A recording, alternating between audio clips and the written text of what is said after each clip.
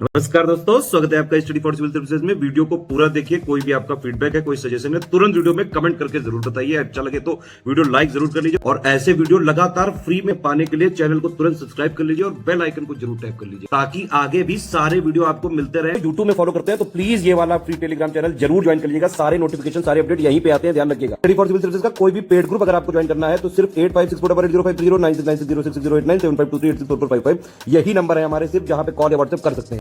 Instagram पे हमारा page जरूर फॉलो कर लीजिएगा, studyforcivil.services है। ट्विटर पे हमको जरूर फॉलो कर लीजिएगा, @studyforcivils है। एस्से राइटिंग का हमारा प्रोग्राम लगातार चल रहा था और आज हम देखेंगे अग्निपथ डिफेंस रिफॉर्म पॉलिसी को। सरकार का कहना है कि ये एक रिफॉर्म पॉलिसी है जो कि डिफेंस के सेक्टर में बड़ा आमूल-चूल परिवर्तन ले आएगी। लेकिन युवाओं के इस संबंध में जो धारणा है वो एक समान नहीं है, मतलब सरकार से वो कतई मेल नहीं खाती है। जो युवा इसके लिए जी जान से लगे हुए थे, सेना में भर्ती का सपना देख रहे थे और वो चाहते थे कि उन्हें एक गौरवशाली पद प्राप्त हो सेना में, मतलब सम्मान के वो पात्र हों और देश की रक्षा करने में उनका योगदान हो पाए और परिवारों के लिए कुछ कर पाएँ, अपने जो उनके परिवार उनके लिए सपने देख रहे हैं उन्हें वो साकार कर पाएँ। ये सारी चीज़ें थी, तो उन पे युवाओं को कहीं ना कहीं पानी फिरता हुआ दिखाई दे रहा है, क्योंकि ये 4 साल की स्कीम के नाम पे आई है। भले ही इसके कुछ सकारात्मक पक्ष हैं और कुछ 25% लोगों को परमानेंट कर दिया जाएगा, लेकिन बाकी जो है उनका क्या। और उनके लिए ऐसी कोई आश्वासन या कोई स्थायी व्यवस्था नहीं की गई है, भले ही लंबी लंबी बातें की गई हों। तो इसमें अच्छी बातें भी हैं और बुरी बातें भी हैं, तो इसके प्रोज और कॉन्स दोनों आपको गिनाने होंगे। गवर्नमेंट से रिलेटेड अगर कोई भी पॉलिसी या कोई भी स्कीम आप ऐसे में अपने शामिल करते हैं या उसी पर लिखते हैं तो इसमें आपको एक मीडियम अप्रोच लेकर चलना होता है, मध्यम मार्ग अपनाना चाहिए। ना तो आपको सरकार के अगेंस्ट जाना है और ना ही एकदम से उसकी चाटुकारिता करनी है। तो देखते हैं इसमें क्या हो सकता है। वैसे जब आप फ्रेमिंग करते हैं ऐसे की फ्रेम पहले तैयार करना चाहिए, बार बार कहा जाता है। वो इसलिए क्योंकि एक व्यवस्थित ऐसे तभी होगा, नहीं तो ज़रूरी चीज़ें छूट जाएंगी और गैर ज़रूरी बातें जो हैं वो शामिल हो जाएंगी। तो इंट्रोडक्शन में 2 तरीके आपके पास होते हैं। या तो आप जिस टॉपिक पर लिख रहे हैं उसको डिफाइन करते हुए, उसके बारे में एक्सप्लेन करते हुए अपने एसे को शुरू कर सकते हैं, जो कि ज़्यादा प्रचलित तरीका है। ज़्यादातर लोग यही इस्तेमाल करते हैं। जब कुछ न सूझ रहा हो तो उसको डिफाइन करते हुए, डिफिनीशन देते हुए उसी के आधार पर अपनी बात को स्टार्ट कर देते हैं। दूसरा इनोवेटिव तरीका हो सकता है, उसके बारे में अगर आप कोई करंट अफेयर से जुड़ा हुआ मुद्दा जानते हैं, और ये चूँकि गवर्नमेंट की पॉलिसी है और भी हाल फिलहाल में आई है, 14 जून 2022 की घोषणा की तिथि है, तो इसमें करंट अफेयर में तमाम चीज़ें आपको इससे रिलेटेड मिल जाएंगी। तो इसके प्रोटेस्ट, मतलब इसका जो प्रोटेस्ट युवाओं के द्वारा किया गया उसको आप इसमें शुरुआत में रख सकते हैं, शुरुआत में दिखा सकते हैं कि युवाओं ने कैसे देश भर में ज़बरदस्त विरोध किया था, लेकिन अब वो शांत हो गए हैं और भर्ती में लग गए हैं क्योंकि उनके पास कोई विकल्प नहीं है। और सरकार इसके कैसे पक्ष में थी, कैसे इस पॉलिसी का गुणगान कर रही थी। तो वो सारी बातें कहते हुए आप शुरू कर सकते हैं और उसके बाद जो आपके ऐसे की मेन बॉडी है वहाँ पर आप ये बताएंगे कि ये अग्निपथ स्कीम असल में है क्या, अग्निवीर कौन लोग होंगे और किन्हें परमानेंट होने का सौभाग्य प्राप्त होगा, कितने पदों पर भर्ती होगी और फ्यूचर में क्या प्लानिंग है गवर्नमेंट की। और अंत में जब आप कंक्लूजन देंगे तो उसमें आप ये बताएंगे, अच्छा मेन बॉडी में एक चीज़, लास्ट वाला जो पैराग्राफ मेन बॉडी का रहेगा उसमें आप प्रोज और कॉन्स, मतलब इसके फ़ायदे और नुकसान दोनों गिनाएंगे। नुकसान ज़्यादा है, फ़ायदे कम है, लेकिन दोनों आपको बताने होंगे बैलेंस तरीके से। और अंत में आप देंगे कंक्लूजन, और कंक्लूजन में आप अपनी ओर से कुछ समाधान देंगे कि सरकार को क्या इसमें करना चाहिए और युवाओं का क्या इसमें रोल होना चाहिए। तो युवा इसमें अब और ज़्यादा क्या कर सकते हैं, वो तो अपना भर्ती में लग गए हैं, फार्म भरने में और प्रयास करने में, लेकिन सरकार का ये दायित्व है कि कम से कम उन्हें आश्वासन तो दे कि उनका भविष्य भी सुरक्षित रहेगा, 4 साल बाद वो एकदम से बेसहारा नहीं हो जाएंगे। तो ये सारी चीज़ें हैं, आइए देखते हैं इसमें। फिलहाल यहाँ ट्रेडिशनल तरीके से शुरू किया गया है कि Agnipath defence reform policy is a government scheme, तो ये आप जानते ही हैं। और इसकी लॉन्चिंग हुई थी रिक्रूटमेंट के लिए, यंग मैन और वुमेन्स को सेना भर्ती का अवसर देने के लिए। इंडियन आर्म फोर्सेस, मतलब तीनों सेनाओं की बात हो रही है, तीनों सेनाओं में ये समान रूप से लागू होगी। और Agnipath scheme was announce by defence minister Rajnath Singh on Tuesday June 14, 2022, मतलब 14 जून की जो तारीख थी, मंगलवार का दिन था, तो वो दिन आप ना भी लिखें तो चलेगा, तारीख लिख दीजिएगा। तो 14 जून 2022 की तारीख में इसकी अनाउंसमेंट होती है रक्षा मंत्री के द्वारा। ऐसे आपने शुरू कर दिया, एक ढर्रे का तरीका। अब अग्निपथ डिफेंस रिफॉर्म पॉलिसी है क्या, अब ये स्कीम आपको बतानी पड़ेगी।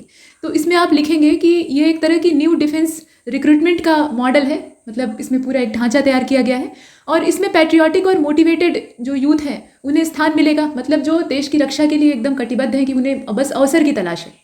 तो ठीक है कि युवा जो है उनके अंदर उत्साह होता है, वो अपने देश की सेवा करना चाहते हैं, लेकिन उनके साथ साथ जो उनके परिवार वाले हैं उनका क्या और उनके स्वयं के उत्तरदायित्वों का क्या।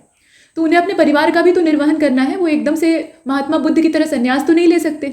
तो ऐसी स्थिति में उनके परिवार के भरण पोषण के लिए आवश्यक जो खर्चा पानी है या एक आश्वासन है वो सरकार के द्वारा दिया जाना चाहिए। फिलहाल पैट्रियाटिक और मोटिवेटेड जो यूथ हैं, मतलब युवा हैं जो कि आर्म फोर्सेस में सर्व करना चाहते हैं, तो उन्हें 4 वर्ष का अवसर दिया जाएगा।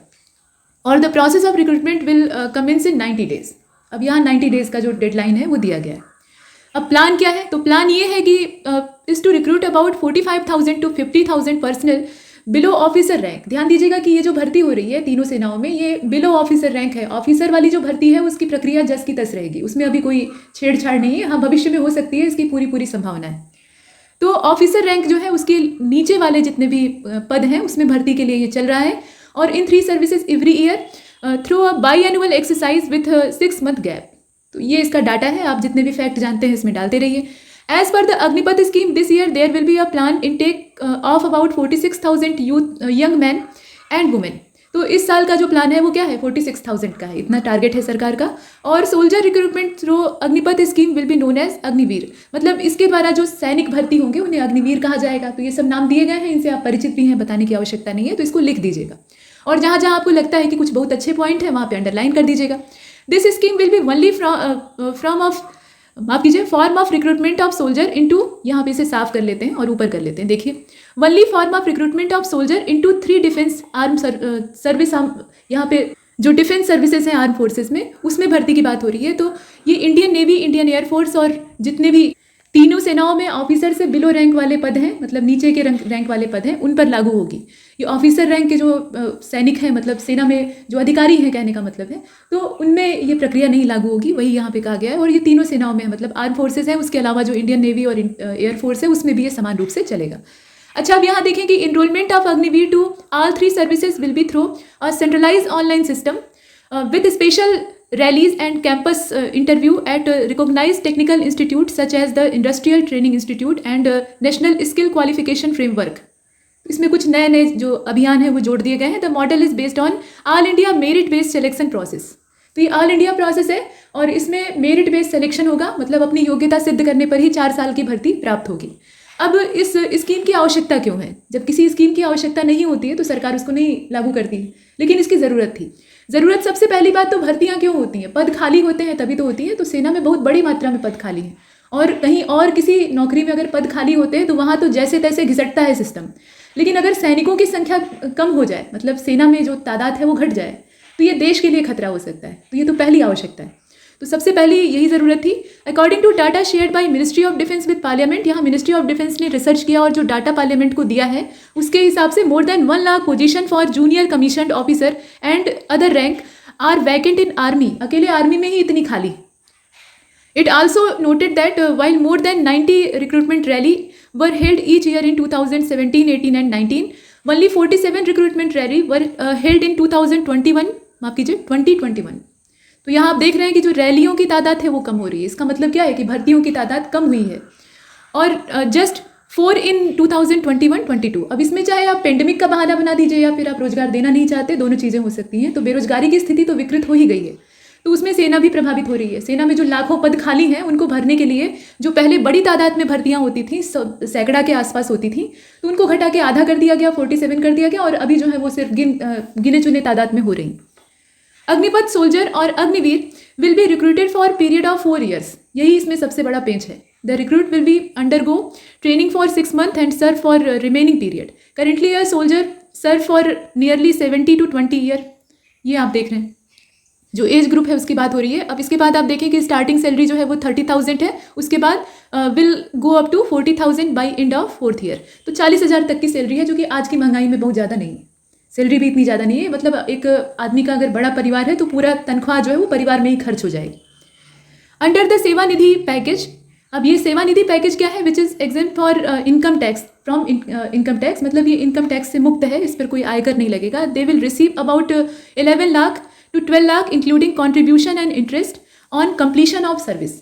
ठीक है, अब यहाँ आप देख रहे हैं कि the recruit will have to contribute 30% of monthly involvement to Seva Nidhi which matching contribution made by government. तो ये सारे कॉन्ट्रीब्यूशन, सारा डाटा आपको इसमें इंक्लूड करना होगा। इसमें जो आंकड़े हैं वो इंपॉर्टेंट हैं। 25% of these recruits will inducted back in to the service and go on serve for full 15 year। मतलब जो सेना की नौकरी की अवधि होती है तो 15 साल की होती है, तो 25% जो है उन्हें इसका सौभाग्य प्राप्त होगा कि भाई 15 साल के लिए वो फिर परमानेंट कर दिए जाएंगे। और नॉन ऑफिसर रैंक का ये पूरा जो भर्ती का कार्यक्रम है वो चल रहा है। There will be no gratuity on और pension benefit under this scheme, अब इसमें कोई पेंशन बेनिफिट भी नहीं है। मतलब आप सोच लीजिए कि 4 साल बाद जिन्हें बाहर निकाल दिया जाएगा उन्हें पेंशन तक नहीं मिलेगी, तो ये बहुत ही गलत बात है। However they will be provided non contributory life insurance cover of 48 lakh during their service. तो जो लाइफ इंश्योरेंस कवर है वो तो ठीक है कि भाई दिया गया, लेकिन लाइफ इंश्योरेंस कवर से ही ज़िंदगी तो नहीं चलती है, वो तो दुर्घटनाओं के लिए होता है, और रोज़मर्रा की ज़िंदगी को चलाने के लिए जो फ्यूल चाहिए वो कहाँ से आएगा। Provision have been made for loss of life और disability due to an injury on duty. तो ये प्रोविज़न है, लेकिन तब जब इंजर्ड होंगे तब। विच गो, यहाँ आप देख रहे हैं, विच गोज लाइक दिस, और in the case of death being caused during the service apart from over 1 crore which will include the seva nidhi package, full pay for unserved period will be given, or similarly in the case or disability attributable to service rate 44 lakh based on % of disability. तो यहाँ percentage जो है disability का उसके आधार पर दिया जा रहा है पैकेज, लेकिन वो तभी होगा जब आप शारीरिक रूप से क्षतिग्रस्त हों। अगर जीते जागते रहे और सही सलामत रहे तो इसका कोई लाभ आपको मिलने वाला नहीं है। अब ये सेवा निधि पैकेज की बात आपने की। अब यहाँ एक चीज़ और है कि after 4 year they can apply for regular employment in arm forces. उस 4 साल के पूरे बॉन्ड के बाद वो क्या करेंगे, फिर से एक बार आर्म फोर्सेस में अप्लाई कर सकते हैं, फिर से उन्हें वही लड़ाई लड़नी पड़ेगी, रिक्रूटमेंट की जो जंग होती है, कंपटीशन होता है, उसमें उतरना पड़ेगा। They may be given priority over other for various job in other government department. तो ये तो पहले से ही है, मतलब 15 साल की नौकरी के बाद जो सैनिक अपने काम से छुट्टी पा लेते हैं तो वो अन्य चीज़ों के लिए ट्राई करते हैं। जो प्रशासनिक सेवाएं हैं, अगर उम्र बची है तो उसके लिए प्रयास करते हैं, या अन्य जो सर्विसेज हैं उनके लिए कोशिश करते हैं। तो ये यहाँ भी कर सकते हैं, लेकिन 4 साल तक नहीं कर सकते। इसके बाद आप देखें कि इसमें जो क्रिटिसिज्म है वो क्या चीज़ है, और क्रिटिसिज्म ही इसका सबसे बड़ा पेज है। तो सोल्जर इन अग्निपथ स्कीम में shy for taking risk because they know they have been called up for service for only a short period of time. ऐसे तो सैनिक को ये पता होता है कि ज़िंदगी भर का ठेका सरकार ने ले रखा है, लेकिन अभी क्या है कि 4 साल के लिए भर्ती किया, उसके बाद बेरहमी से बाहर कर दिए जाओगे, मतलब आधे से अधिक जो बड़ी संख्या है उसको बाहर कर दिया जाएगा। असलियत यही है। तो ऐसे में वो क्यों जान गंवाएं, किसके लिए जान गंवाएं, ये एक भावना आ जाती है। देखिए, देश से प्रेम सबको होता है, लेकिन सबसे पहले तो अपनी रोज़मर्रा की जो आवश्यकताएं हैं उनको पूर्ति करना आवश्यक है। उससे आप कहाँ भाग कर जाइएगा। तो वो आवश्यकताएं जैसे तैसे पूरी हो रही हैं, और उसमें भी आप गोली खाने के लिए सेना पर सीमाओं पर डट जाते हैं, और सिर्फ 4 साल की आपकी नौकरी है। तो आप या तो अपाहिज हो जाएं, या फिर विकलांग हो जाएं, या ज़िंदगी से हाथ धो बैठे, तो उसके बाद आपके परिवार को देखने वाला कोई नहीं। तो इसलिए जान गंवाना और अपनी जान हथेली पर लेकर चलने वाली जो भावना थी उसमें कमी आएगी, ये बात है। और इसके साथ आप ये भी देख सकते हैं कि दे में भी एवर्स टू रिस्क और boldly harm in line of duty, मतलब अपने आप को कम से कम नुकसान पहुंचाना चाहेंगे कि 4 ही साल का तो समय है। Retired army officer are expressing reservation on all India all class intake method and the provision for 4 year short time contractual recruitment. अब यहाँ जो ये है पूरा कॉन्ट्रैक्ट बेसिस वाले रिक्रूटमेंट की तरह चल रहा है, और उन 4 सालों में आपकी बाध्यता ऐसी है कि आप किसी और चीज़ में अगर आपका आ भी जाता है, मतलब आपका सिलेक्शन हो भी जाता है, तो आप नहीं जा सकते। अब इसके बाद ये भी है कि read in detail about India Nepal relation. अब ये यहाँ बात इंडिया नेपाल रिलेशन की क्यों हो रही है, तो इंडिया नेपाल रिलेशन की बात इसलिए हो रही है, यहाँ लिंक की बात की जा रही है, तो भाई PIB की न्यूज़ पढ़ लीजिएगा, यहाँ लिंक नहीं दिया गया है। PIB में इस तरह के जो डाटा है वो रहते हैं, आप सर्च करिएगा तो आपको मिल जाएगा। फिलहाल इंडिया नेपाल रिलेशन की बात क्यों, क्योंकि गोरखा रेजिमेंट तो वहीं की है, और वहाँ नेपाल में अच्छा खासा प्रोटेस्ट हो रहा है। इंडिया में तो युवा ठंडे पड़ गए हैं, लेकिन वहाँ नेपाल में अभी भी विरोध जारी है इसके एवज में, क्योंकि नेपाल से भी जो युवा हैं वो अपनी पूरी जी जान लगा के भारतीय सेना में शामिल होते हैं, और गोरखा रेजिमेंट की आक्रामकता सभी जानते हैं, मतलब उनकी योग्यता अलग ही होती, तो उन्हें अच्छा खासा यहाँ पे प्रोटेस्ट करने का मौका मिल रहा है। तो उस मैटर को भी आप यहाँ पे डाल सकते हैं, और इससे दोनों देशों के बीच में जो रिलेशन पहले से ही खट्टा हो रहा है उसमें और खटास आएगी।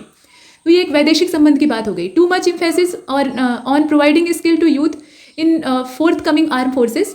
Real skill would be acquired by those who go on to don the uniform a little longer. The service period of new recruits is 4 year, which is way too less. यहाँ आप देख रहे हैं way too less। अब यहाँ पे क्या है, ये बहुत ज़्यादा छोटा पीरियड है। 4 साल बहुत छोटी अवधि होती है, मतलब नौकरी पाई, ट्रेनिंग की, और तब तक अभी ड्यूटी करी रहते, तब तक बाहर कर दिया गया, और इतने में जो सैलरी मिली उसमें मंथली जितना खर्चा है उसी में सब कुछ खर्च हो गया, तो बचा क्या आदमी के पास।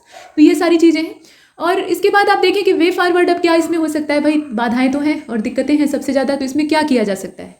किया ये जा सकता है कि सरकार कुछ आश्वासन दे। सबसे बड़ी बात यही है, कोई स्थायित्व ही नहीं है, स्टेबिलिटी का पहले आश्वासन दिया जाए कि युवाओं का आगे का भविष्य क्या होगा।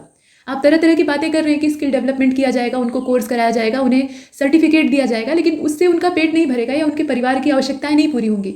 उन्हें एक अच्छी खासी नौकरी चाहिए जिसके लिए वो कोशिश कर रहे हैं और जिसके योग्य हैं। तो ऐसा कोई आश्वासन अगर सरकार देने में सक्षम होती है तो फिर ये स्कीम सार्थक होगी, अदरवाइज इसका कोई मतलब नहीं रह जाएगा। क्योंकि सेना भर्ती में अगर युवाओं का उत्साह घटा तो इसका सीधा प्रभाव सेना की शक्ति पर पड़ेगा। जिस उत्साह से नौजवान अपनी पूरी ताकत लगा के इसमें शामिल होते हैं और हमारी भारतीय सेना किसी भी दुनिया की सेना से लोहा लेने को तैयार रहती है, तो उसकी मजबूती में खराबी आएगी और ये घातक होगा पूरे देश के लिए। तो इस तरीके से आप लिख सकते हैं, इसमें वही डाटा वगैरह दिया हुआ है। जैसे आप देखें कि the move is expected to decrease the average age profit for arm forces personnel from current 32 year to 24-26। अब सरकार की एक नई मंशा चल निकली है कि जो नए हैं उन्हीं को भरो, जो पुराने हैं मतलब ज़्यादा एज हो गई उनको बाहर करो। तो जो एज का औसत है अभी सेना में जो उम्र अधिकारियों या कर्मचारियों की है वो 32 की है, विशेष रूप से बिलो ऑफिसर लेवल। तो ऐसे में उसको रिड्यूस करना सरकार का टारगेट है। और ये सिविल सर्विसेज में भी बासवान कमेटी और तमाम जो कमेटियां हैं उनकी सिफारिशें चलती रहती हैं कि भाई उम्र घटाओ, उम्र घटाओ। नेताओं की उम्र में कोई कमी नहीं होगी, लेकिन जो भर्तियां हैं उसमें नौजवानों के साथ खूब दुर्व्यवहार किया जाता है। तो यहाँ भी वही है। अब 24 to 26 ईयर के औसत मतलब एवरेज में लाने का प्लान है। The scheme will cut the annual revenue and pension bill which यहाँ आप देख रहे हैं which account for half of the annual defence budget of 5.2 lakh crore.